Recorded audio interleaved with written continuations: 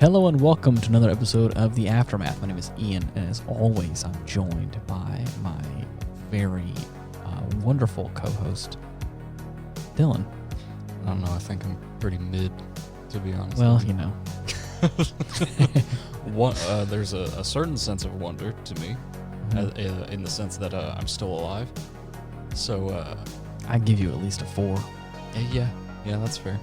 But you don't know if it's out of 5 or out of 10. Right, who knows? You could be just subpar, or you could be above par. You know? Right. Regardless, you will be whelmed. Yes, you will be whelmed. Whether over or under, Yes, remains to be seen. Well, tonight, I actually was not expecting you to pick this one. I wasn't either. Okay. Yeah, see, this was like the main other that I had set aside in case Ethan wasn't able to make it. I see. I had texted him earlier to see what he was up to, and he said he was working. Right. So I had to fall back to the list. Understandable. Well, we watched Mobile Suit Gundam F91. Yes. And Formula 91. Yeah. It actually came out in March of 1991. Mm-hmm. Funny business. Oh, yeah. I didn't know if that was on purpose or not, but who knows? maybe. I have heard tale of this one. Right. Never seen it before. And a wayward mention here and there. Yes. I believe if you have shown me anything on this, I do not remember any of it. Yeah. Which was really nice because I went into this knowing nothing is what it felt like. So it was kind of cool to go your in. Exposure to this one's been sparse. Right. Which I think made it a bit better. The cover and like even this cover here reminds. Oh yeah, dude. It reminds me of. I love that one. It reminds me of Stardust Memory. Yeah. The way this is kind of laid out. Mm-hmm. I don't know if that. Oh, that's just like the they'll use like different like official artworks for all the series for the actual songs and music from the shows themselves. I see. Which is why they've all got that same format. Cool. But man, it's always super nice. Yeah, this movie. I was gonna this schmovie. I was gonna say show, but it actually is a movie. Mm-hmm. And thankfully, we were able to avoid the pitfall of this being a compilation film, as opposed to yes, this is a standalone movie. Yes, there is no series that it is based off on. It was a full movie, and I enjoyed the heck out of it. Yeah, it's pretty solid. It has all. Let me just for all of you out there who have listened to this podcast, talking to and referring to a Gundam episode, right?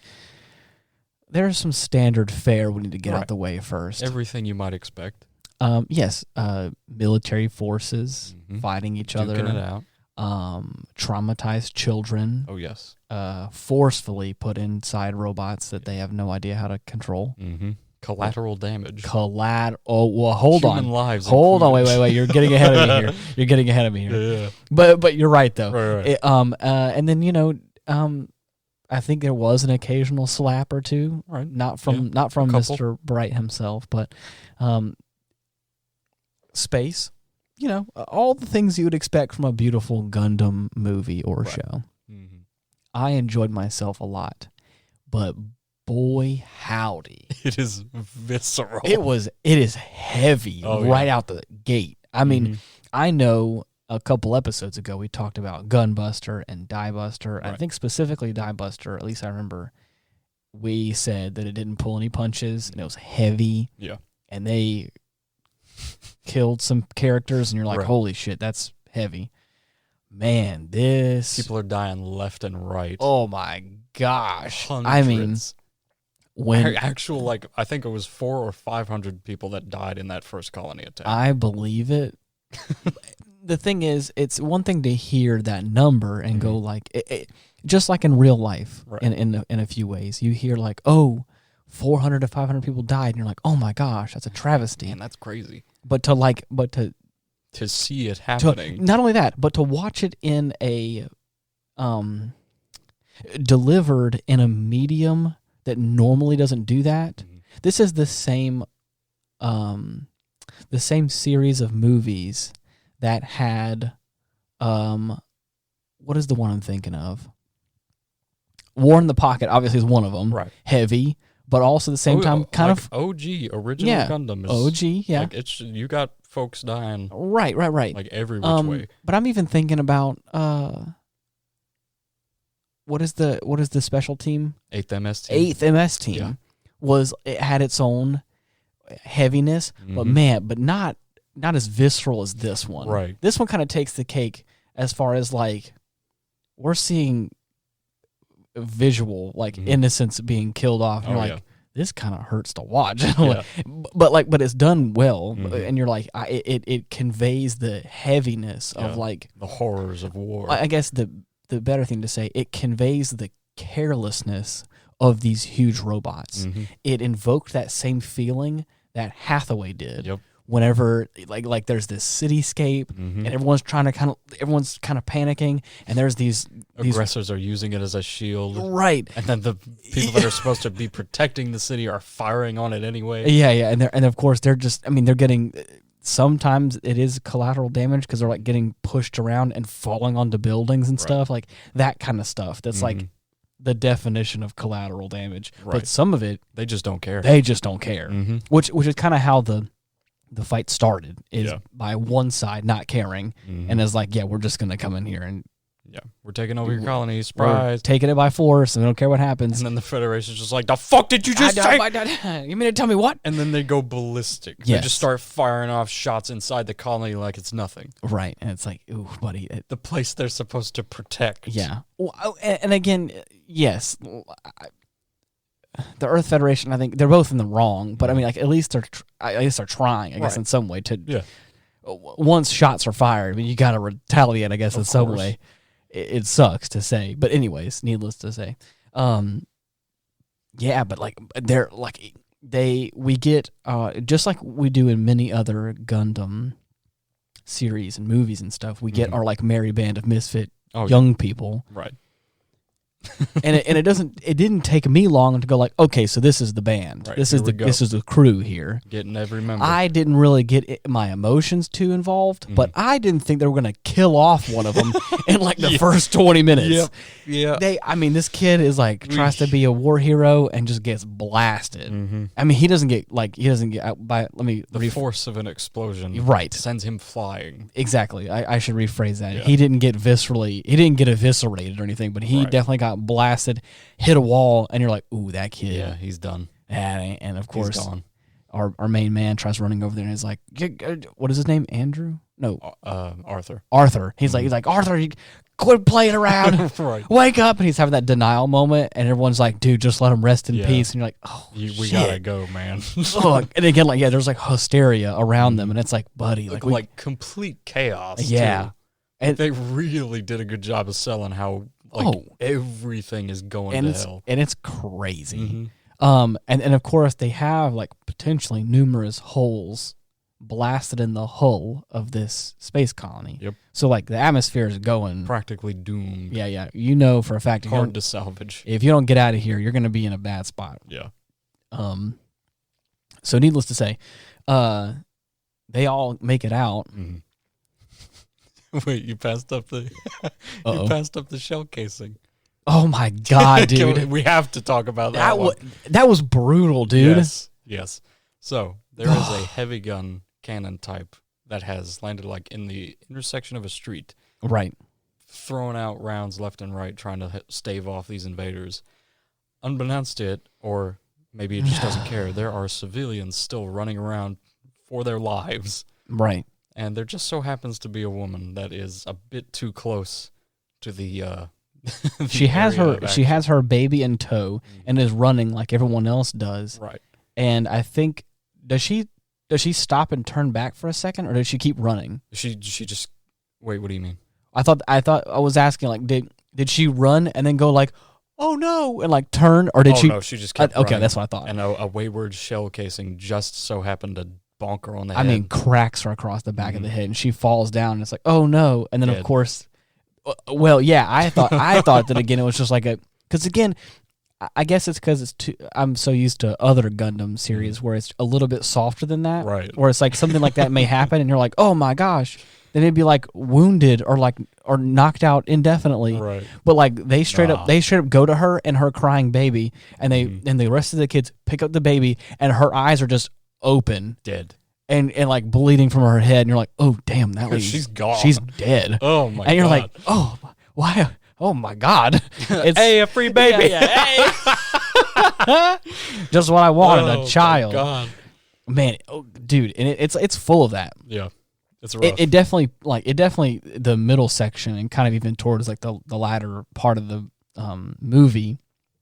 It doesn't focus on that, but man, that initial sequence really hits the nail on the head hard of like this is tragic. Oh yeah. Like, oh man, okay, well, get ready. Guess we better buckle up because I was not prepared for this. That's your intro. Yeah, exactly. Death and destruction. Yeah. So basically, again, for those of you who are potentially aware of Gundam stuff, we've always talked about the Earth Federation and the Zeon, right? Or the Zeonic Federation, or sorry, the Principality of Zeon. Yes. In this one, we got the Crossbone Vanguard. Oh man, what a cool name! Headed by the Ronah family, right? And they're like this kind of new kids on the block. Yeah, new kids on the block. Zeon got tired of the whole Principality spiel of the universe type deal and decided to just sit this one out. Right. What happened after? It's been a long time since I watched Unicorn. What happened What happened at the end of Unicorn? Did the remnant end up dissolving, or were they? There have been like holdout factions of Zeon remnants that have either been stuck on Earth or just chilling in like different asteroid bases. What is it called? Unfortunate event. What an ironic moment of like the Zeonic forces, like we're gonna destroy Earth and live amongst the stars, and everyone should convert. They're just stuck on Earth, like a bunch of like a bunch of bums. Because they've just been fucking sitting there waiting for something to happen. I love it. As soon as the attack on Dakar and like Torrington starts, everybody's like on the radios, like, "Hey yo, we're starting to fight over in Australia. Get over there right now!" Damn. And everybody starts digging up their old Zeon suits and just trudging over there. Wow. Oh, it's so good. What a disgrace. Right. Anyways, so we got... Anyways, as I was saying, I was just curious as to where the Zeon would be at this point in time of year. They are practically dissolved. That's what I thought. Like, no longer existent. That's what I thought.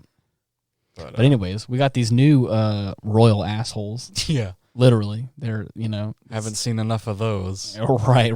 Let's get some new heads to roll. As if this universe hasn't been riddled with people that think they're better than everyone else. Ugh. Here comes the Ronah family, like, we're monarchs now, apparently. Right. Are you? Yeah. Are you really? Yeah. Where's your certificate? So we got this girl, and I was kind of confused at first. I thought that she was unaware of this, which was kind of crazy, because I was like, she's about to get nabbed up. Right. And like, so basically, like the whole reason why that whole death sequence happened at the start that we were talking about is the fact the family was looking for one of their relatives. Right. Long lost. Yeah. And she was inside, and that was Frontier 4. Yeah. So the space colony, like the out in space. Yeah, as opposed to the whole sides. Yeah. We're used to. They've renamed them to Frontiers. Bit odd, but I would rather call them frontals. Oh god. No, full frontals. That already happened. They decided not to go with that. So basically, after some tragedy with a cyborg a few years earlier. History doomed to repeat itself. Right. They end up busting up in there, and of course, killing everything. Where's the girl? Yeah, right, exactly. To take her, and so she's got a real scumbag, like adopted dad. Apparently, this is what was. Again, it wasn't described because it was like described later, like most movies do. Right. There's like a lot of stuff happening, and it's kind of meant to make you go, "Wait, what? What's happening? Huh?" Yeah. And then, of course, as it progresses, you're like, I see here. So basically, the deal with her and her adoptive father was that whenever her mother couldn't stand living under that family name anymore, Theo gave her a way out. So she eloped with him out into one of the frontiers. I'm assuming this is back when Cecily was like super young, so she doesn't quite remember. Right. But yeah, that's why she's just hanging out on one of these colonies away from her royal family. Interesting. Mm-hmm. Well, yeah, and so she ends up getting taken back to her family, her real family, quote unquote. Right. So where is her mom during all this?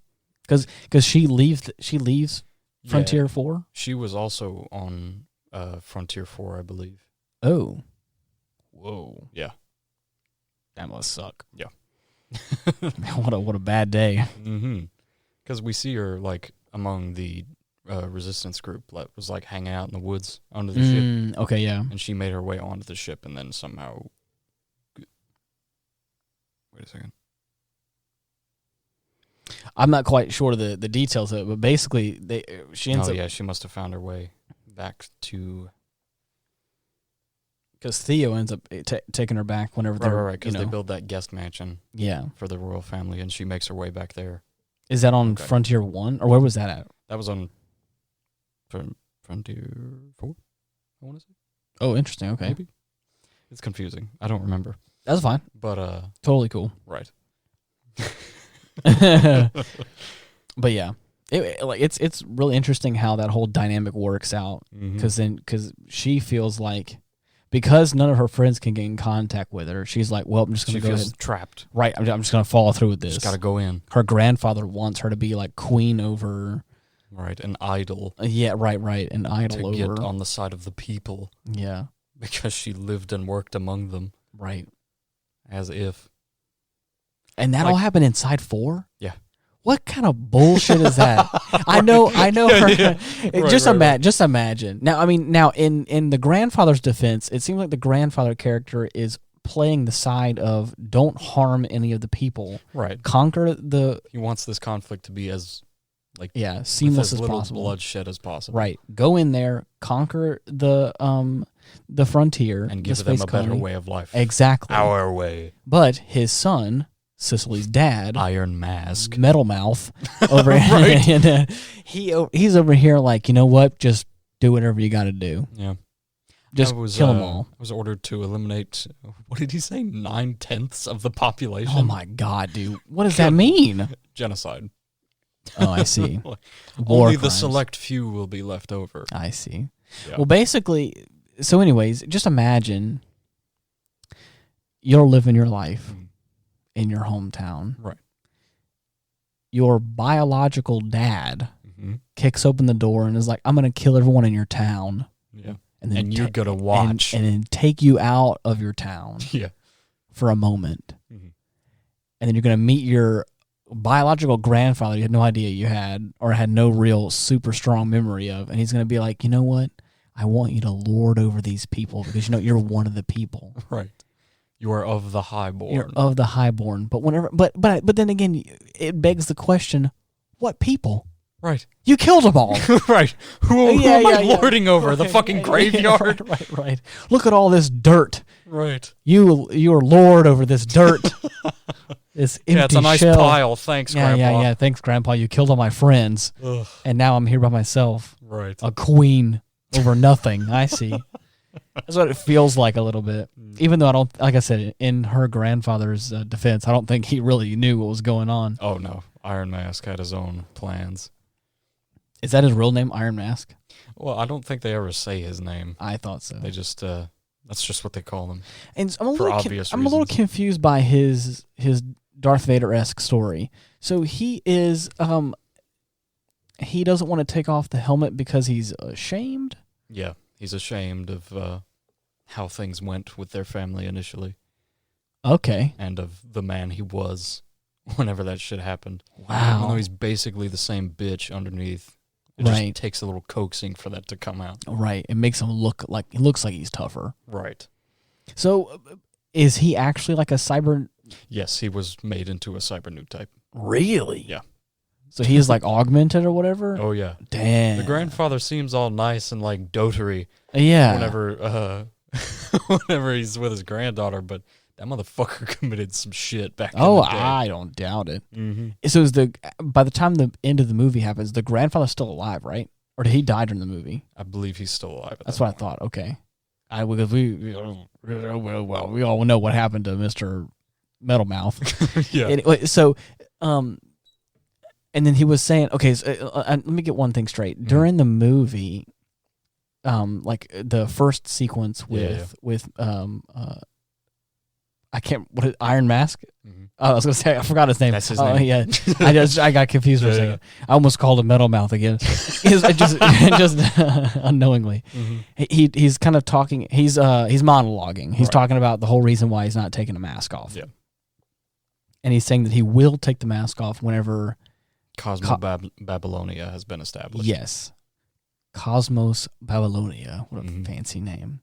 And that's like 100 years dream, right? And that is like a coalescing of multiple frontiers, kind of. Yeah, it's their plan to unify the human race. I see.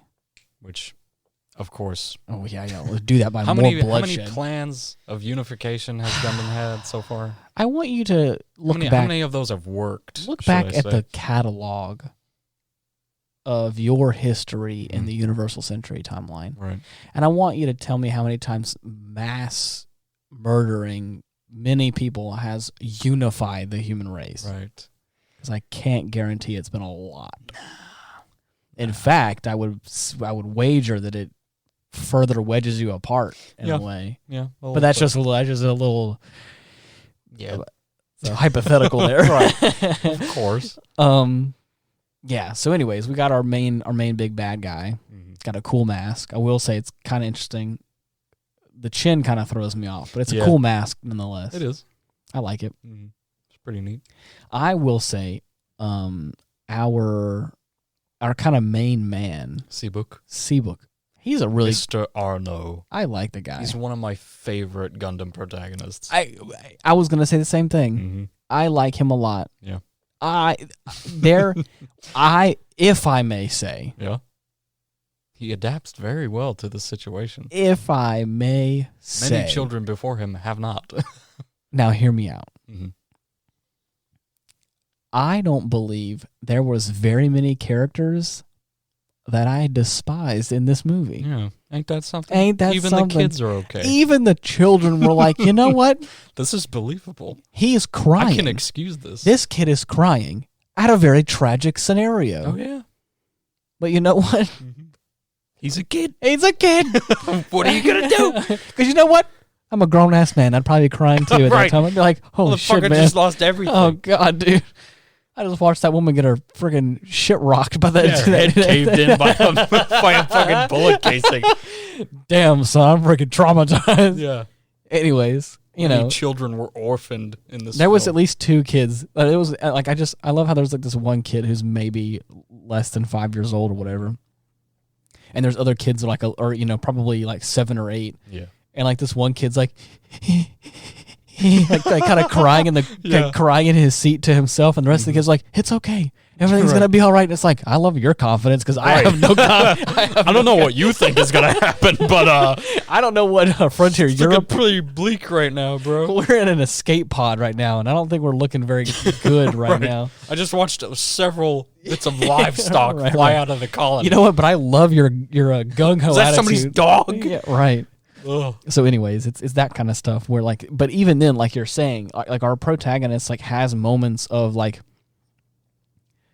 has like breakdown moments that feel justifiable. Right. Like every other character in this movie. And there's a couple times where like he gets stressed out and he gets panicky or whatever. Oh, yeah. And a lot of people will be like, stop crying like a child. Right. Suck it up and let's get to work. And You're a like, man. And then he's like, oh, all right. Shit, you're right. And it's like, wow, how...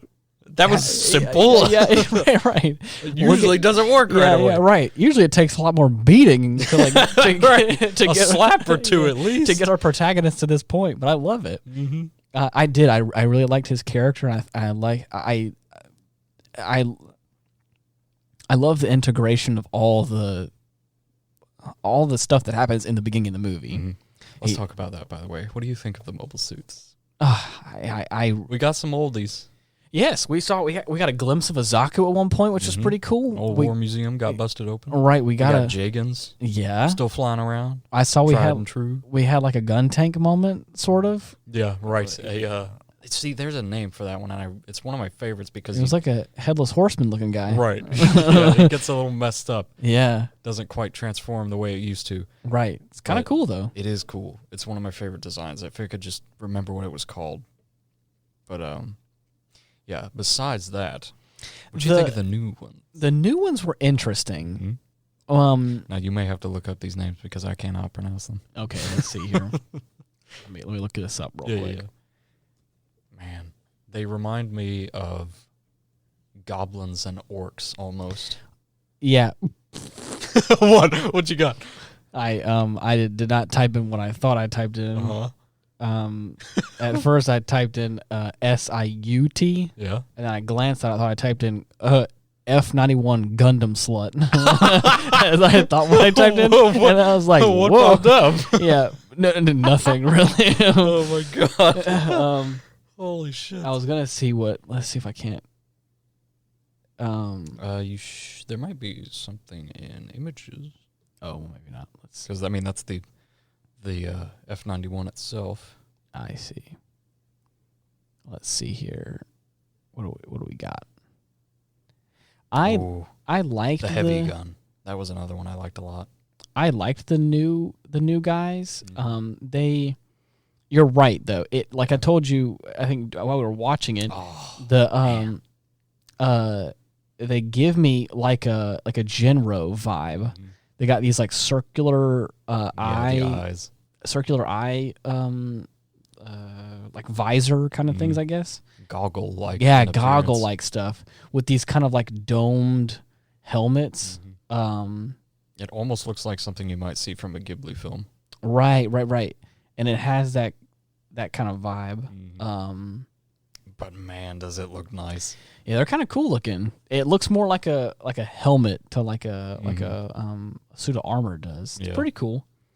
They definitely take a more medieval look to them. Right. They got like lances.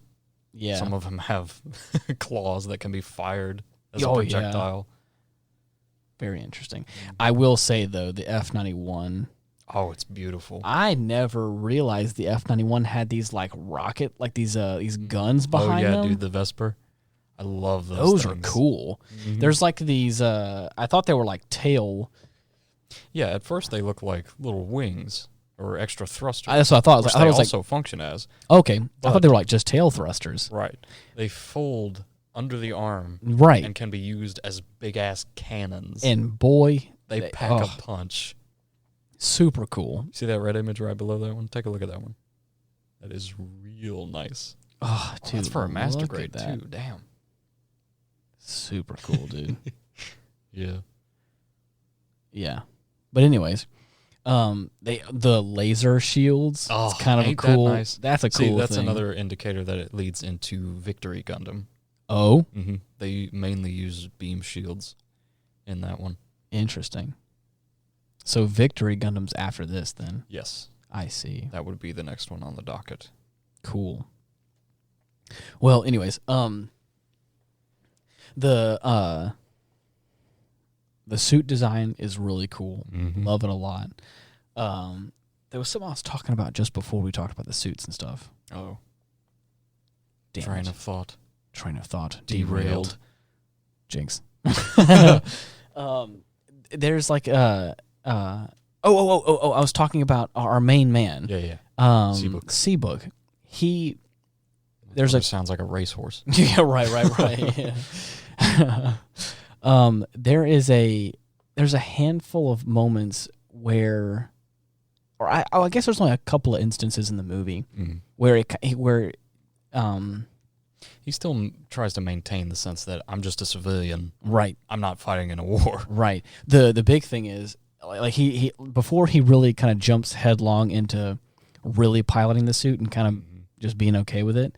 There's a couple times where he was like, whenever he first started piloting the F91, like after he figured out his mom developed it. Right.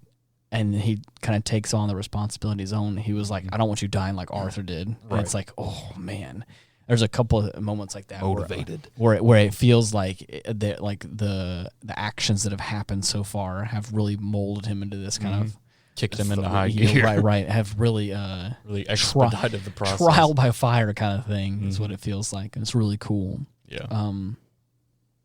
Yeah. The family dynamic, like he has his sister with him. Mm-hmm. His dad keeps popping up out of nowhere, which is kind of cool. You mean Big Boss? yeah, Big Boss, yeah. His boy is freaking sneaking around in this place trying to get out of here after seeing his... Right, his dad's the one who busts him out with that lifeboat. And then once he goes back to try and get Cecily back, his dad busts him out again. Yeah, I love that. Mm-hmm. He tries to go back to go see Cicely one more time, and of course, as he's like running through a crowd, there's like this truck or whatever, and he's like, "Oh no!" He kind of hides behind the truck, and like the door opens and then up. His dad comes out the passenger side, hey, get in, get in. You're like, Dad, I thought you were gone. Right. He's like, "No, get in." But anyways, his mom kind of shows up at a certain point, and so she's got some good shit. Whoa, there is a weird family dynamic with his mom. Mm-hmm. His dad kind of gave... After she had finished like the raising process of both of her children. Right. She couldn't do like family life. She had to stay working. Right. With like this mobile suit development with like biocomputers and stuff like that. Right. And his dad being the man she loves, he decides to let her go off and do that kind of work that she loves. And he does his best to raise both of these kids on his own. I think he did a pretty good job. I think he did all right. Yeah. They both turned out all right. Right. Recent events, in the Gundam in the Gundam universe, they've got easily the best turnout from one of these situations. Yes, in the Gundam universe, only losing one parent, that's amazing. You're right. I have seen far shittier children in the Gundam universe. Yeah. I think you're turning out great, personally speaking. Right. But yeah, so she doesn't really have a relationship with her kids. Yeah, been away too long at this point in their life, and ends up being a rocky reunion, of course. Right. She ends up finding out that the F91 is like launched and is like functioning, and she's like, "Hey, yo, that's my project. What the hell?" Right. And then so she ends up finding her way, like wedging her way kind of into the I guess the ship that is being launched from or whatever. Yeah. And then she ends up she finds out that both of her children are on this ship, and that one of them is piloting that fucking monster. She's trying to like rekindle her relationship with her daughter, and her daughter is like kind of young at this point, maybe less than 10 years old or right at. And she's like, I don't want anything to do with you. Nope. And again, her dad just died too, and it's like, it's not a good time. Oh, it's heavy. There's a lot to take in. Oh yeah. You trying to join back in the picture is not a great time right now. It's great that you're alive and all, yeah, but yeah, exactly. Where the fuck have you been? Right. Now's the time I'm feeling really lovey-dovey right now. Nah. I've seen too much shit right now. Right. But anyways, who's that guy? Is he like he's one of like the hangar techs. That's what I thought. Like almost a second in command, basically. He's a really cool dude. Yeah. I just forgot his name. Right. I want to say it was like Lawrence. Probably so. But let's just call him Lawrence for the sake of this right now. Yeah, he's been like helping Seabook and his sister adjust. Right. Like getting them all situated as far as like piloting and hangar operations go. Good dude. Walks up to his mom like, what does he say? They basically start a conversation where she's like asking why the F91 is like in operation and what's all going on. We need every advantage we can get. Man. Right. I don't think you understand our situation. Right. It's like that kind of conversation. Then kind of devolves into like, you do know your son pilots the suit, right? And she's like, he's great. Yeah, motherfucker might be a new type. He's very perceptive. Exactly. And like, then, my what? Right. And then she kind of loses her shit for a second. They kind of go back and forth, and she says something to my son piloting that machine is not the reason I developed it. Right. And then he claps back with the statement that, oh, so you'd be fine if it were any other person piloting that thing, but if it's your son, it's an issue. Right. So anybody else that may live or die by that thing is fine, but the second that your son is piloting it, it's not okay. And she's like, Well, that's not what I meant. Mm-hmm. And it's like, I see now. Okay. All right. Yeah, right. Yeah. Yeah. Her son at that point, I think, kind of pops into frame at the behind her, and he's just like, everything's gonna be fine. I got this. We're gonna figure this shit out. Yeah, we got to win the war first. I mean, I'm telling you, calm, collected, level-headed. And he's I'm like, peaked. I know. I'm looking at this. His peak. He understands everything. He's like, the thing is, like, he's also like dressed in that kind of like pale purple, like a really cool pilot suit. Right, like this pilot suit. So he's already like, he doesn't have his helmet on, but he's got this cool suit on. He has this stature of like, I'm a man now, and I'm gonna handle this situation. Like, shit, I believe you. Right, and so he's standing up and he's like talking directly to his mom about like, is what it is. Yep. And it's like, we should make everybody new types. Right. Might eliminate war as a whole. Who knows? Got to win this one first, though. Right. So, off to kill. It's just this calm confidence that I'm like, man, that's what I'm talking about. There we go. Dude. Right. That's Good what job. I'll get behind that guy. Mm-hmm. And people did. I know. Well, obviously. A whole group. Yeah. They don't, it's never explicitly stated this way, but there's this kind of unspoken romance story between Seabook and Sicily, and I loved it. Yeah, it was nice. It never felt heavy-handed. Nah. It was it was kind of this like really strong friendship that kind of like grew into something else. Right. But by the end, it was like an understood affection. Right, and it's like, that's super cool. Mm-hmm. You didn't have to get slapped across the face with it. Right. It had to be. There wasn't even like a smooch. No. Not even. But don't like, need it. Don't need it. But like, that's the thing is like, by the end of it, like if that was to happen, it was like, okay, it was like a natural, like a gradient. These two need each other. Right. Yeah. And it was super cool. And I love that. And dude. How about them bugs, huh? The anti-human weapon. No, thank you.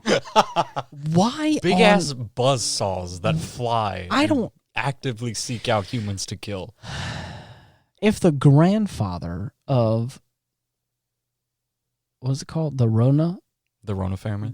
If the grandfather of the Ronah family doesn't want you to kill civilians and just take the... How in the hell does he not know what's being developed? I have no idea. Is he... Apparently this organization is so layered with secrecy that not even their own troops know like the inner workings of the higher-ups. I guess that makes sense. Which is ridiculous. Then. You're right. It's ridiculous. It just is so surprising to me that I'm like, how are you... Is this like chosen ignorance? Are you like, I choose to be in the dark? You're just going to... Yeah. I'm going to tell you what to do, but then again, I'm going to close my eyes and pretend I'm not seeing what's happening. Don't worry about the means. The ends.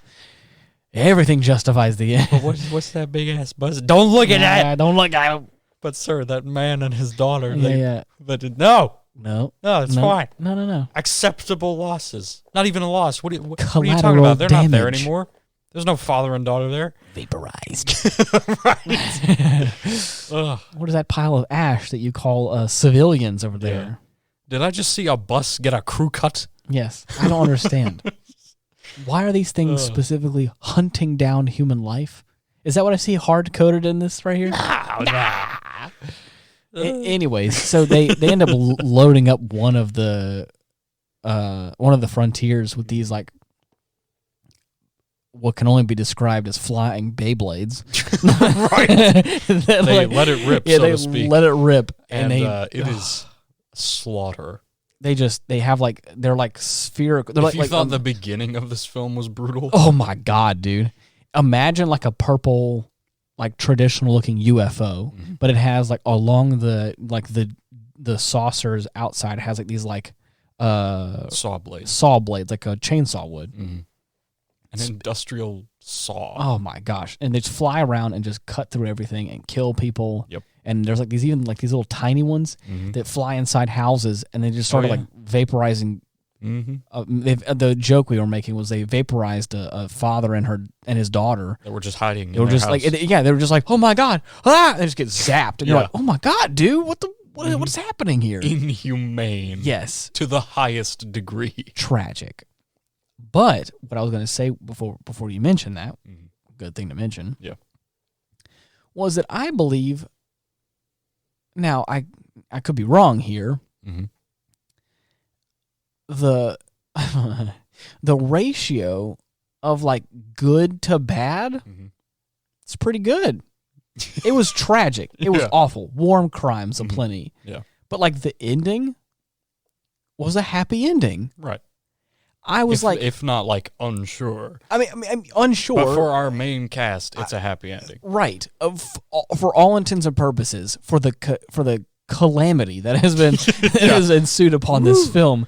I mean, the ending is kind of nice. Yeah, it is. Like good stuff. Right. And the reason why I was saying that was I would wager out of like the handful of Gundam movies and shows that we've watched, it's probably one of the more softer, like more pleasant, happily ever after kind of moments almost. OG Gundam has a nice ending until you see what happens in Zeta. Oh God! And then Zeta has a dreadful ending. Yikes! And oh my God, I forgot about that. Yeah. Oh man. Yeah. Right. Yikes! So I think they got off pretty well. Right, and that's what I mean is there our Iron Mask. I almost did it again. Just call him Metal Mouth. Our boy Metal Mouth. Yeah. He gets inside this like the Rafflesia. The Rafflesia. What a fancy mobile name. armor. It looks like a flower of some sort. You could say that. I was going to say a jellyfish in mech form. Yeah, that works. This is what it feels like a little bit. Yeah. Wait. Mm. Can we touch on whenever Seabook and Cecily escape the colony? Yeah. Through all the bugs. Oh, dude. Dude. It goes ballistic. They have this like mind meld moment where they're like we need to figure out who did this. There's only one person who could be behind this. And then he's like, we have to kill him. It's like, you're right. And it's like, oh let's go God. get his ass. Yeah. And then before you know it, he like goes full General Grievous where he like pulls out two beam sabers or and there's so many of these bugs around that, I mean, you cannot fight them by range. Like, he's too surrounded at this point. So he takes out both of his beam sabers. Yes. And just starts spinning. His wrist starts spinning. If you can't beat him, join him. Right, yeah. And he destroys them. Can't beat him, join him. Right. I love that. It's perfect. But yeah, he starts, because he's killing so many of them, he's attracting all of them. And they're just like following. He's got to get these things out of the colony. Yeah. And he's doing a great job. He's killing so many of these things. And it looks beautiful. Yeah. One of my favorite sequences in the whole film. Yeah. And there are a couple of good. This was a really well written movie. Yeah. I loved. Not only was that one line about if it's your own son, you obviously you don't care who all lives or dies by your Gundam. Yeah. Another line that I loved that I thought was funny, but also like really well timed and well written, was the fact that after they did that and they destroyed all that kind of stuff, and Sicily destroys the ship that all those bugs were like being deposited that sucker out with two like abandoned mobile suits that have their reactors still intact. Yeah, just fires a couple shots at those and takes the whole thing out. Crazy. Beautiful piece of work. Love it. But after that's all said and done, that information is relayed to Iron Mask, and then him and his his captain of his ship that he's on or whatever, they kind of exchange some dialogue for a second. Like, and wait, he's I'm going out in the Rafflesia. Right, and he's like, well, why are you gonna do that? And he's like, or do you need backup? Or I'll go with you, whatever. And he's like, no, this is a family matter. Right. And it's like, oh shit. And this is he knows. He knows because the information has been relayed that the ship has been destroyed, but not by his own daughter. So the fact that he like knows this is like, he can just tell. And it's like calm and collected too. He's like, I'm gonna go out in the Rafflesia or whatever. He's like, oh, you do? I can send backup. And he's like, no, this is a family matter. Don't need it. And it's like, oh damn, it's heavy. Now at this point, like a Federation fleet is arriving from the moon to like reinforce, and it is obliterated by this thing. Yes, it has so many cannons and lasers, as well as buzzsaw tentacles. Yes. Insane. Imagine like a cyberized mushroom in a way. Yeah. And then on the top of it, like where the cap is like the cockpit, like this little green dome shield. Yeah. And the cap kind of like will flatten out. That's why I kind of called it like a jellyfish almost. Right. Because as it does that, there's like the stem at the bottom and all these like... Also another gigantic laser. right. All these tentacles and stuff with buzzsaws kind of like come out from it. And as it's like it's got floating range around. and close quarters covered. It feels... untouchable. Yeah. And for a while it is. Yeah. Like they spend most of the opening like engagement like running from this thing because it's just firing barrage after barrage. Oh yeah. And there's no way for them to get close because of how many like buzzsaws it's got just and then of course also, can I just say, however, like during this fight, Seabook is losing his mind, telling Cecily to just like stay back. Yeah. well, in his defense, he at this point in time, their relationship has really grown into something. They've resolved and confided in each other that they have to kill her father to stop this madness. By the way, what a freaking... And she's just okay with it. What a metal-ass thing to say. Yeah. But there are so many like points in time in this movie where like you get to see their relationship grow. And man, there's nothing more touching than like after she was like really like part of the team again after that first time that they had that encounter where like they find out that they're fighting each other kind of thing, and she's back on the ship with them. Yeah. And everyone's kind of, that one guy's like kind of berating her for like, Birgit. Yeah, right. Doing some like kind of what you'd imagine if like a bad guy gets on the good guy's ship. You'd imagine someone to go like, yeah, we don't trust you. You're the reason your family why started this whole mess. Exactly. That whole bullshit stuff. Right. But like the part that really got she me. takes it in stride. Oh, right, exactly. But the part I'm talking about is after everyone leaves and it's just her and Seabook. She breaks down. And I was like, damn, dude. Yeah. She starts crying and like just like hides her head on his chest for a second. Yeah. And he's like, you can stay here. It's going to be okay. Everything's going to be okay. Yep. You got this. And I was like, damn, dude. I love that. And it's like, it's that kind of moment along with some other things that happen in the show. It's like what we're talking about. It's this like rapport, this gradual growth of a relationship. That's like not only are they friends, right? They care about each other, and they probably really love each other because not only they've shared a lot of the same trauma. Oh yeah, but it's also they've been through some shit. They've been through some shit together. But anyways, so to get back to the ending, as the fight goes on, right? She like charges at this motherfucker. She's like, I'm gonna sever these family ties myself. I'm gonna fucking kill you. Yeah. And she goes gung ho, like I'm talking spinning around. And he's like, wait, shot. Wait, stop, please. Yeah. He's like, slow down. Right. And of course she gets like trapped like in front of this thing. And the Iron Mask gets out of the cockpit, goes to her mobile suit, rips the door open, rips her out, and just tosses her aside. Right. And by the way, at this Barbs are exchanged, of course. Yeah. His metal mask has like all of these like wires in the control system. In the crest of it, he has all these wires like hooked up into it. So he looks like he's what would you call that? I have no idea. It's anyways. There's like 100 different wires hooked up to like the top of his head, like some sort of weird cranial exam thing. Yeah, and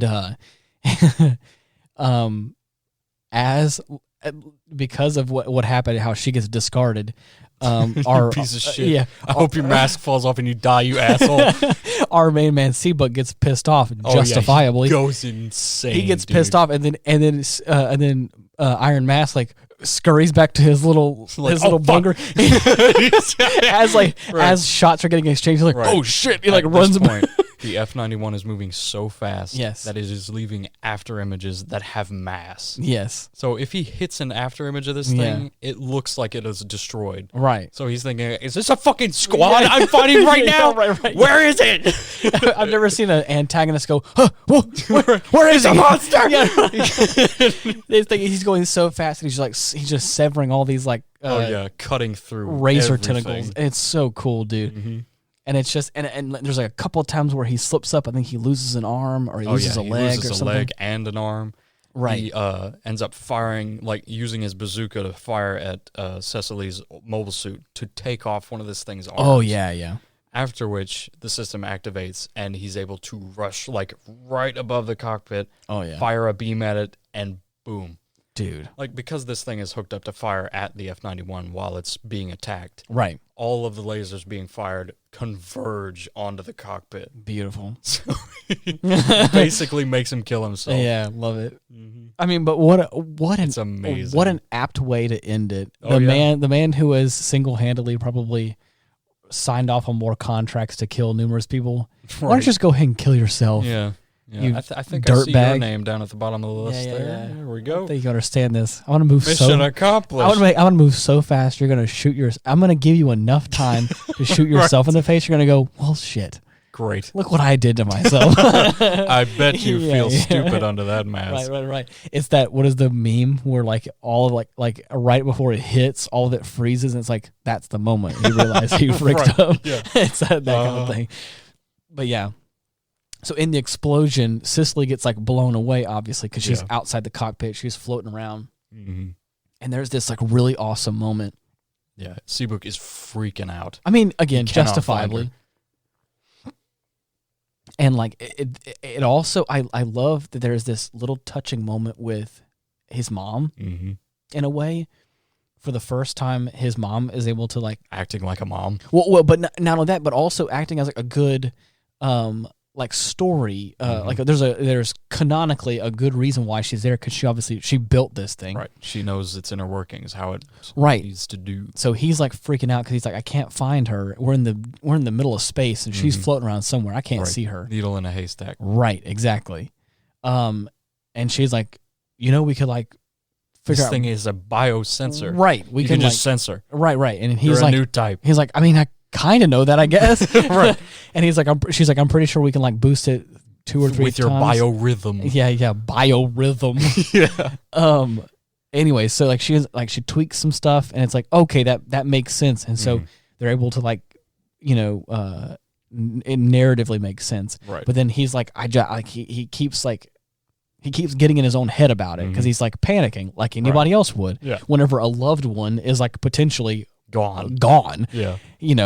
It just kind of gradually escalates to like this point of like, I can't, I don't understand. Yeah. It's like, shut up and stop acting like a baby. Right. Exactly. Cut everything out. Right. Just focus on sensory. Exactly. And it's nice that his mom was able to kind of be that motherly figure in a way, though a little harsh, but also what needed to hear in that moment of like, you got this. Yeah. I believe in you. It worked. You just got it. And that's exactly what happened. And so it's super cool that like reuniting scene and all that stuff. It was, I was so surprised because I was like, because no lie, with like a lot of the Gundam series has been. You thought she was gonna be dead? Oh, I thought she was gonna be so dead, dude. I'm not even gonna lie, dude, because of how depressing a handful of like the ending of Gundams have been. Oh yeah, like inadvertently. I can only assume you were thinking like, oh man, her fucking visor's gonna be cracked and she's gonna just be a corpse. Right. Either that or he wasn't gonna find her at all. Yep. And she was just gonna be, because like I mean like Shar's counterattack, Stardust Memory, all these had like pseudo okay endings, right? But then like the way I took made it, but yeah, right. But at the end of it, I took away like, but man, like that you did it. That's you got it. but when I put that in the category of happy ending, nah. But this, I was genuinely happy, right? And so at the end of it, whenever we were getting down to the end, I was like, oh, buddy, this is gonna be. I was like, are we gonna have an epic, awesome conclusion to this fight sequence? This good climax to Seabook, this awesome protagonist. I've been falling in love with this whole movie, and we're just gonna like really crush his emotions and make him into a cynical bastard. Awful. But no, That would have been awful. But no, it subverted my expectation, and I was like, kudos to you. Mm-hmm. I was like, man, wow, so surprised. What a nice ending. Oh yeah, almost all his friends made it out alive. Almost. You know, his mom and his sister are there. Mm-hmm. It's like, man, a lot of struggles along the way, but really all paid off. You made it, man. Oh yeah, you made it, and you have the one you love. Mm-hmm. Unlike better than most can say. Unlike Zeta, right? Oh God! You see what I'm saying? Each one of them is like, I mean, I'm not going to say it's bad, but like that one thing. Yeah, but man, boy, howdy, is that not happy though? Right. Not going to say I'm sad, but no, I'm not going to say I'm happy either. Right. Anyways. I'm okay. I'm here. I can walk away from that. Right. At least I have my memories, I guess. Yeah. Yeah. Anyways. What a fun time. Yeah. I'm glad we watched this. This was so good. Oh yeah. This is definitely up there for me of some of my more favorite Gundam. Yeah. I love it. Was there anything else you want to add? So, the music. Okay, yeah. This was made in the 90s. Seemed familiar about it to you? It seemed vaguely Star Wars. Yes, it did. There was 2 tracks in particular. Almost too similar. Yeah. But not quite similar enough. There was 2 tracks in particular that kind of had that like ding, ding, diddle-a-din, diddle-a-din, diddle-a-din. The same ding. drum lines. You're like, well, okay, we're getting awfully close. Mm-hmm. The melody same kind was, of strings. Yeah. It was 2 different moments that kind of had that same sort of like the kind of background Star Wars stuff. Very interesting. Mm-hmm. But other than that, I think I think that's all I wanted to touch on. Right. Wait, no, that first bit, whenever the 3 Jagans are like in the evacuation corridor for the frontier, and an explosion happens, and one of the crossbone suits like breaches. Oh, you just get that one silent shot of it slowly floating down. Yeah. A nice little detail of its beam shield like fizzing out across the ground. Yeah. And just the slow look up, and the Jagans like fucking freak out. Like they open fire immediately. Yeah. To no avail. Like they didn't put a scratch on the thing. No, of course. I love that shot so much. There's a couple of really like well animated shots like that in this film. Really fluid and it was also really shiny. Yeah. There's a lot of different stuff that like there was a couple times where I saw, and not like in a bad way, just like stylistically. Yeah. Everything was like super shiny looking, interesting and sharp. Super cool. I really very enjoyed nice this. Indeed. This definitely warrants a second watch. Oh yeah, in the for future, sure. Because I like that. I like that. Yeah, me too. It's one of my favorites. I like that. I like that. I'm leaving a Gundam thing, and I'm not satisfied. sad. Yeah. I'm not disappointed. Right. In some way. But anyways, it's nice. Thank you so much for listening. If you're trying to find ways that you can give us suggestions or talk to us, reach out to us, we have a Linktree /Ian Wolf, and you can find all of our links to all the places you can listen to us, or places you can reach out to us on. Or you could join the Crossbone Vanguard. Right. And once Cosmo Babylonia has been established, then you can listen to us. That is correct. I believe also if you just jettison yourself out into space long enough, we'll find you. We'll find you. I wasn't expecting that, but I'm just going to go with it. We'll find you. We will. That's a promise. But anyways, until next time, thank you so much for listening. See ya. Bye-bye.